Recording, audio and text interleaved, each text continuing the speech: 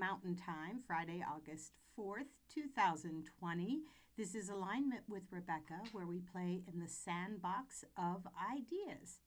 And today I thought I would talk a little bit about this idea of detachment. I was reviewing my notes from Deepak Chopra's 7 Laws of Spiritual Success, and Friday is the law of detachment. So I thought I'd start off by reading what Deepak said about the law of detachment, and then we're going to unpack it a little bit. And we're going to figure out if it's something that we need in our lives, and also how it might correspond to this idea of communicating, of interaction, and so on and so forth. Remember, it is my belief, and I think there's some really good evidence to back this up, but that we are emotional beings with the capacity to reason rather than reasoning human beings.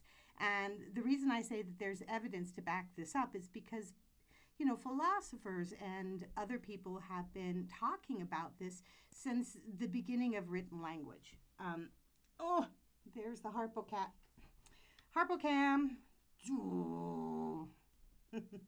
So Plato, in many of his dialogues, complained a great deal about politicians and people who were into rhetoric. Rhetoric being, again, different than communication, because rhetoric is simply about selling you on a point, whereas communication, again, is a transactional process in which we're constantly negotiating meaning with others and with ourselves.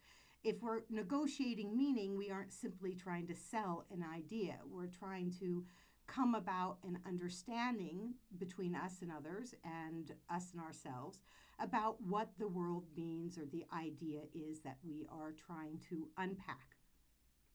So as a result of being emotional beings, it's very, very easy for us to not be detached. So Chopra says the following: in detachment lies the wisdom of uncertainty. In the wisdom of uncertainty lies the freedom from our past, from the known, which is the prison of past conditioning, and in our willingness to step into the unknown, the field of all possibilities, we surrender ourselves to the creative mind that orchestrates the dance of the universe. There's a couple words in here that I think we need to find a definition for, because some of the terms that are being used here are extremely vague, and vague terms are extremely helpful in things like rhetoric and political rhetoric, because they allow us to bring our own meaning to the concepts. But let's see if we can find a way to agree on some of these terms. Some of the problematic terms I see is the word detachment. That's problematic, and it's problematic because when we think of detachment, we think of not engaging. And I don't think that Chopra is asking us to totally disengage from the experience. And indeed, it would be impossible, right? We are always engaged. Even when we are doing nothing, we are engaged in nothingness, right? I mean, you can be laying on the bed doing nothing, and yet you are engaged in that particular moment of doing nothing. So it's impossible for us to totally disengage. So he can't be meaning that. He must mean something else. And what I think he's talking about here is this idea of the observer, which we've been talking about all week long, and disentanglement. And I like the word disentanglement a great deal. And the reason I like this word is it does a better job at explaining the process of detachment. Detachment does not mean we aren't engaged, but we can become disentangled from the emotional traps that any engagement may hold for us. And that's important, because when we can disentangle ourselves from emotional pitfalls that happen with communication, engagement with others, engagement with ourselves, with the processes of life in general, then we can give ourselves a little bit of space to become the observer, to observe what's going on. Another word I think that we have a problem with is this idea of uncertainty. How can uncertainty offer us freedom? Now, Deepak defines uncertainty as stepping into the unknown, the field of all possibilities, and being able to surrender ourselves to that. And that also leads us to another problematic word here, or phrase. What is the field of all possibilities? So, freedom is a funky word in general. We hear it a lot, especially in politics. And we each interpret it very, very differently. There is the idea of freedom of being able to do whatever we want without any constraints. And I think that that's helpful. But we don't have absolute freedom. Because when we allow ourselves to do whatever we want without any constraints, we open the door to causing harm to ourselves and harm to others. That's why we live in places in society. We choose to live in society because it offers us some protections, but it also limits some of our understanding and expectations of freedom. But when we're talking about freedom of the mind, freedom of disentanglement, what we're talking about is allowing ourselves enough space to make the decision we really want to make, that we've thought it out, that we've considered who we are interacting with. And we have given ourselves, by disentangling ourselves from these emotional pitfalls, we give ourselves the ability to make the decision of how I want to consciously act rather than just simply reacting. So the field of all possibilities for Chopra, it's actually a very heavy idea. And on one hand, if you're looking at the early Vedic traditions, they believe that we're all made out of the same stuff and we all go back to the same stuff. And within that stuff that creates everything in the known universe, we can do anything. We can be anybody. We have that freedom to be disentangled from our past, from our expectations, from our assumptions, and so on and so forth. On a practical level, on a thinking level, as individuals, it means specifically this idea that we can consciously act, that we can choose to act without all of that stuff that is on our shoulders, right? We can choose to act that way and be engaged in such a way that we have the freedom to say yes, no, maybe, ask questions, and not feel free or fear, that is, about doing these kind of processes. So there is a spiritual realm that Deepak is talking about, but he's also talking about a very practical realm of interaction. And the question then remains, how can uncertainty offer us freedom? This is hard, I think. Uncertainty scares most of us. We're living right now in a period of great uncertainty, massive uncertainty. And it's really causing a lot of problems for many of us because we like to have control. We like our schedules. We like knowing what's going to happen. And even though we might complain that our day-to-day activities is so routine, oh my God, if I have to wake up and do the same thing again, I just want to kill myself. So there's a part of us, though, that complains about it. Uncertainty is scary because it's uncertain. It's not a known factor. But there is freedom in uncertainty because it allows us to disengage from those routines and maybe see different ways of doing things, of interacting, of being creative. So I think that that's what he's getting at when he says that uncertainty can offer us freedom. And then there is the word surrender. And specifically, he says we surrender ourselves to the creative mind that orchestrates the dance of the universe. Surrender is another hard word because a lot of us have negative connotations to it. We have the negative connotations of surrender as it relates to war. I surrendered myself and became a prisoner. We have the idea of surrender as it relates to law enforcement, which is basically the same meaning. I'm surrendering myself because I broke the law or I was perceived to break the law. And when we surrender our freedoms, we often feel limited. So I have surrendered myself to wear a mask, but I think that is encroaching on my freedoms. So surrender is a weird word because of all the funky and negative connotations we actually bring to this word. But if we surrender ourselves to possibility, if we surrender ourselves to creative negotiations with others, then we're opening ourselves up. So it's a matter of looking at the words we use and considering what are the biases behind those words and why do we feel a certain way toward a particular word. Now, all words are subjective. If I say the word phone, I'm going to have a very specific idea in my head of what a phone is. But that specific idea, that image that sometimes accompanies our thoughts, that image is probably going to be different than your image. If I own an iPhone and you have an Android, when I say the word phone, you're going to think about your Android and I'm going to think about my iPhone. So it's important to define these ideas, to understand where our biases are settling into these words and not to use them carelessly. Because although somebody understands what you mean when you say, I forgot my phone at home, the specifics of what phone means or why you forgot it at home becomes that little gray area where we have to negotiate meaning.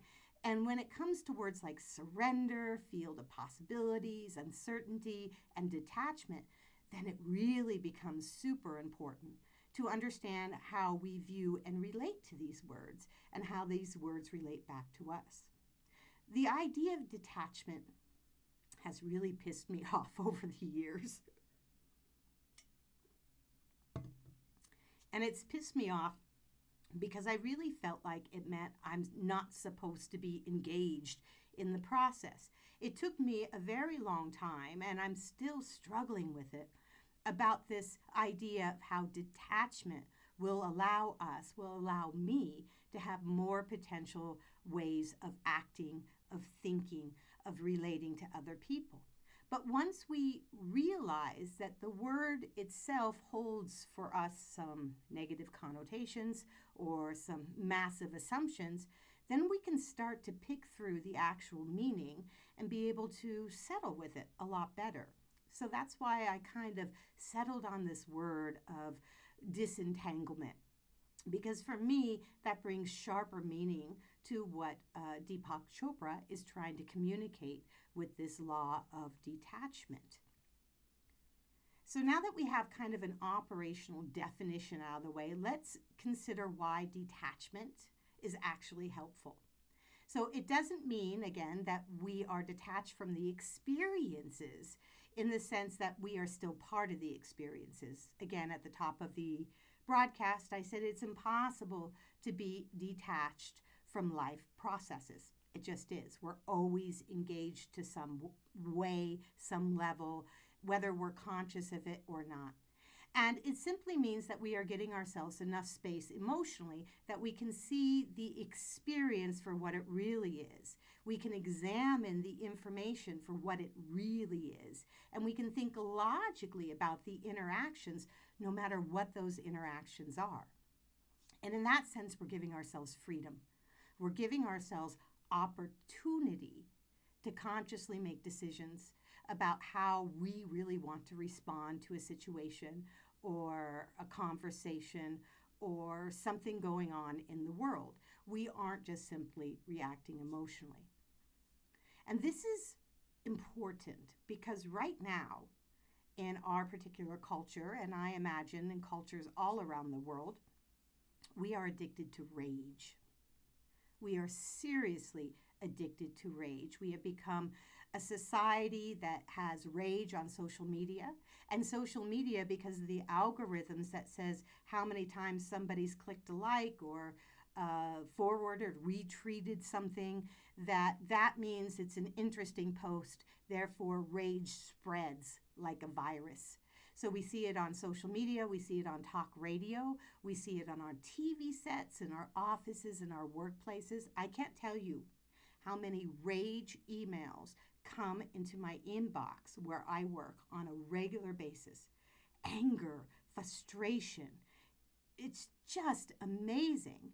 And these communication attempts to say, I am unhappy about this policy, so I'm just going to yell, actually falls flat unless you're speaking and preaching to your own audience. It does not serve you to get your message across to a larger audience. And I'll talk about that in a minute. We're seeing rage within our families and all aspects of life. We have become, if you will, addicted to rage. And I was talking to my husband last night and I said, I wonder if rage functions like a drug.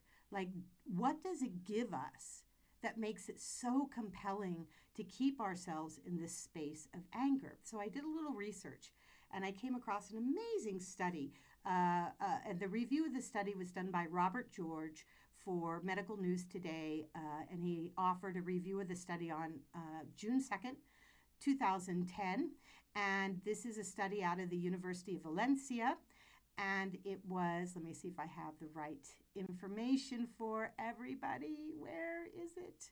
I can't find it. Somehow it disappeared in my notes. All right, so they did a study, and it was only conducted on 50 men. Now, why they did the study only on men, I don't know. I haven't read the study. I'm hoping that their research in general justified just studying men, because so many problems in this world regarding our medical knowledge stems from the fact that a lot of studies are only conducted on men and not on women as well. But regardless of that, rage is addictive because it makes us feel alive. Our adrenaline keeps going. It goes really, really fast, and it gives us a rush. Whenever we have adrenaline, we have a rush. It activates our sympathetic nervous system, and that nervous system, which is automatic, it puts us on alert because this is the biological fight or flight that we've talked a lot about throughout these broadcasts, and it makes us feel alive. It makes us feel really engaged when we are in this sympathetic nervous system alert space. It also, anger produces extra testosterone, so it affects us in our cardiovascular systems, in our hormonal systems, as well as our nervous system. And all of these things make us go, wow, I'm awake, I'm here, I'm active, I'm engaged. But what was really interesting about this study, and I mean really, really interesting, is that not only does it activate all these systems in our body, this anger, this rage, it also activates intimacy. It does. It's amazing. We usually associate the feeling of closeness with happy emotions such as joy, contentment, and gratitude, right? And we feel close to people when I am so grateful to you. I am grateful that you're listening, and that makes me feel close to you, even if you aren't sitting right next to me. But what's fascinating is that anger and rage, unlike the other negative emotions that we experience, anger and rage creates closeness. It creates intimacy. And that's what's fascinating. So when we are raging about an idea or a topic that really just is pissing us off and getting us really, really upset, we feel close and activated not only toward that topic, but towards the other people who may be raging with us. But again, the limitation here, and it's a huge limitation, and we're seeing it in our society right now with the polarization of ideas and politics and social beliefs.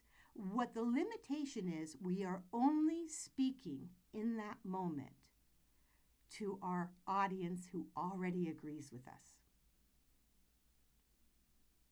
That means what you are upset about, what you are raging about, what you want to have changed in this world, that message that you offer in the space of rage or anger is only going to attract people who already agree with you.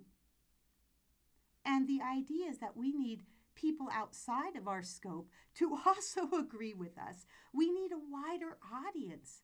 And if we're speaking only from this mode, if we're not disentangling ourselves from the emotion, if we're not becoming the observer, then we're not going to reach a larger audience. You may activate one singular audience, but that isn't enough to create change. So as you're raging on the internet or on social media or because of office politics, you're only going to attract those people who agree with you. And that's not going to help your cause. And also, it's not going to help the negative things that are going on in your body. So we have short-term gratification from our rage. It allows us to feel connected. It allows us to feel close to the topic. It makes us feel alive because of the adrenaline and all the hormones that are being pumped through our body. But during that process, our digestive system goes down. Our body can't digest well.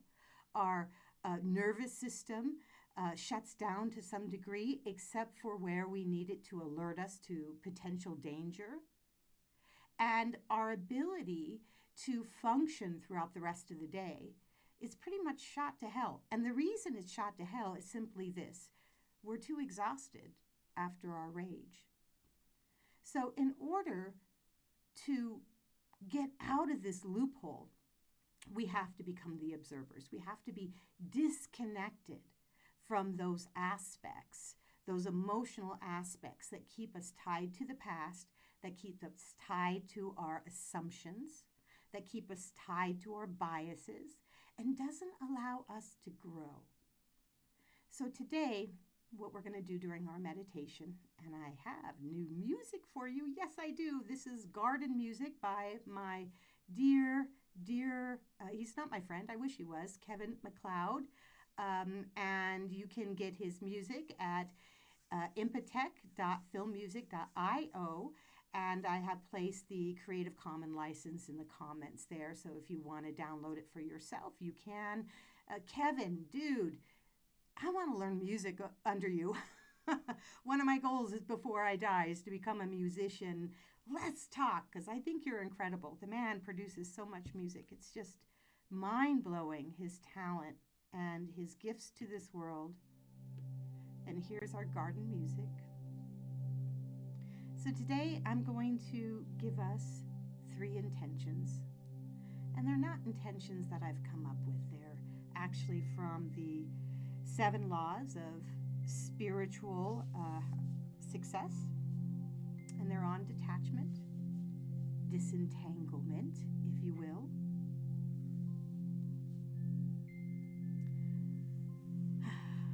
It's Friday. Take a seat. I want you to sit on a chair or on the floor, maybe your bed. You could lay down too. Just make sure you're in a comfortable and relaxed position in such a way that you don't fall asleep, but that you can really be relaxed. Go ahead and take that seat. And if you are, of course, driving again or working heavy machinery, turn off the podcast now.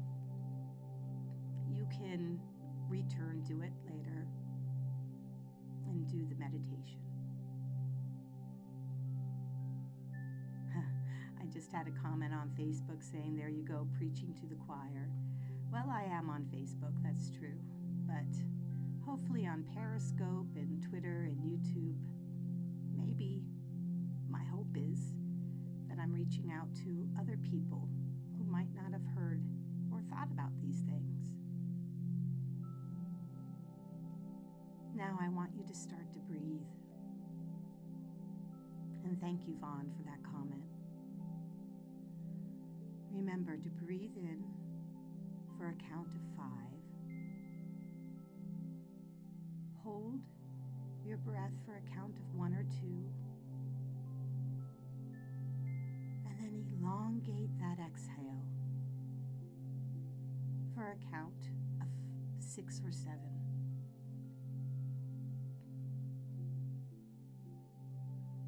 When we elongate our exhales,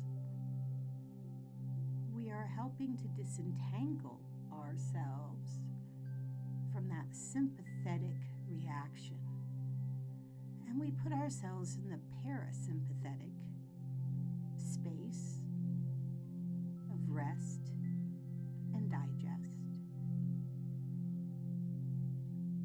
And it feels good, doesn't it? Letting those muscles go.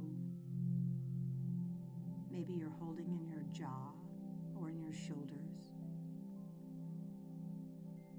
And if you are holding in those places or somewhere else, I want to encourage you to imagine that you are breathing in to those tight places, relaxing them,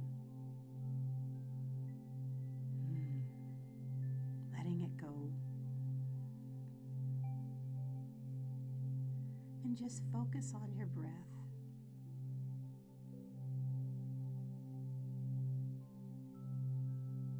If you have any other thoughts that are coming into your head,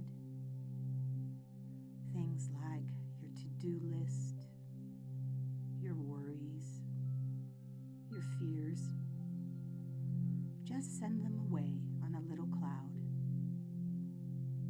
You can always come back to them later. They'll be there. As you focus on your breathing, I'm going to give you a couple of intentions. And don't think about them too much. Just observe and listen and let them absorb into your body, your mind, your emotional well-being.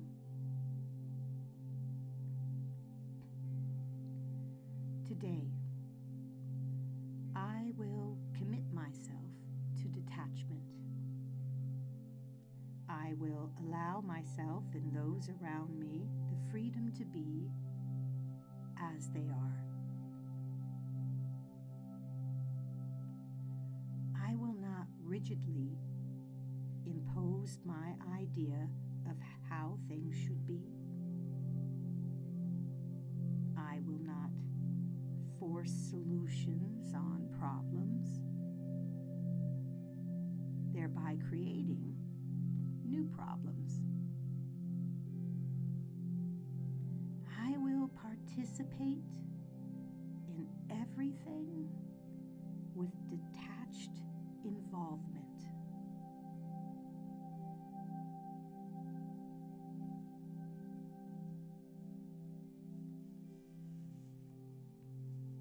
Today,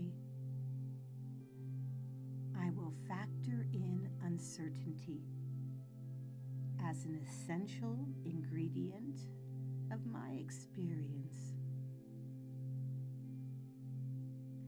In my willingness to accept uncertainty, solutions will spontaneously emerge out of the problem, out of the confusion, disorder, and chaos. The more uncertain things seem to be, the more secure I will feel, because uncertainty is my path to freedom. Through the wisdom of uncertainty, I will find my security.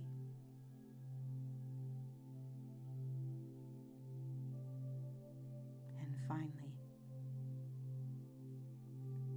I will step into the field of all possibilities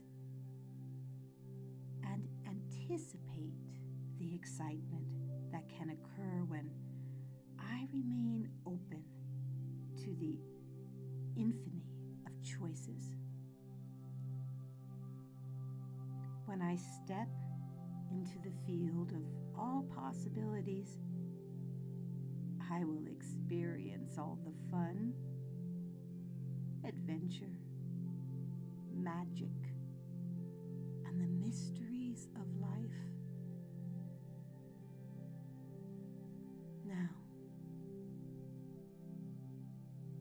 Please continue breathing,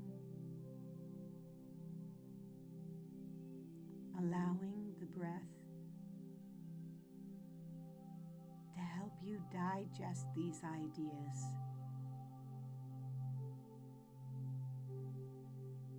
Allowing your heart to be open to possibility, disentanglement, becoming the observer, but still being engaged in life processes. You are amazing. You have such potential, such possibility. You walk in beauty with an open heart, open to all sorts of different interactions and possibilities. You are the wise observer of your life and the life around you. I am grateful for you. I am grateful for everyone on this earth. How amazing we are.